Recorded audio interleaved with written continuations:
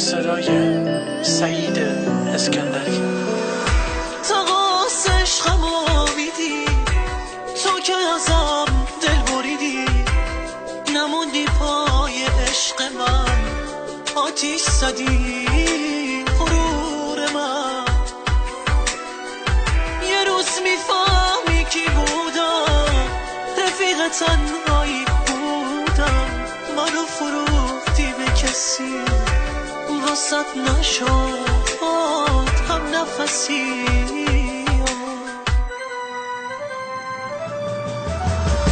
قرار نبود که اینجوری اصلا دیگه جدا بشیم، مگه قرارمون نبود رفیق و یار هم بشیم؟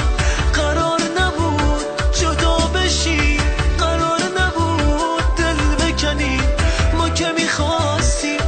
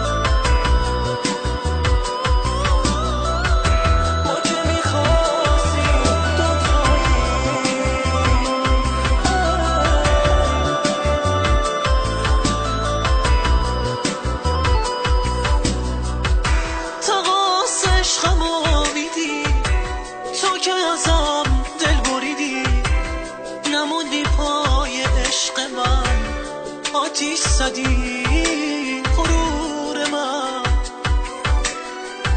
یه روز میفهمی کی بودم، رفیق تنهایی بودم، منو فروختی به کسی، واسط نشد هم نفسی.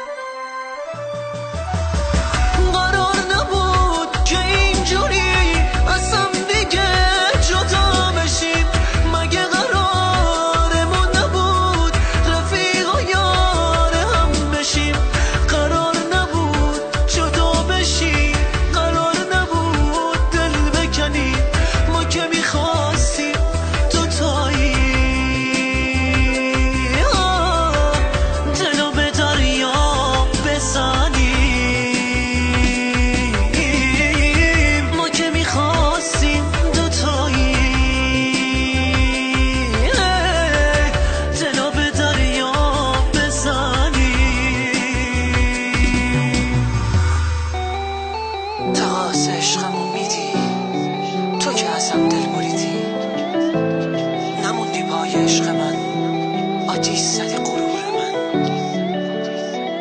یه روز میفهمی کی بودم، رفیق تنهاییت بودم، منو فروختی به کسی، واسط نشد هم نفسی، واسط نشد هم نفسی.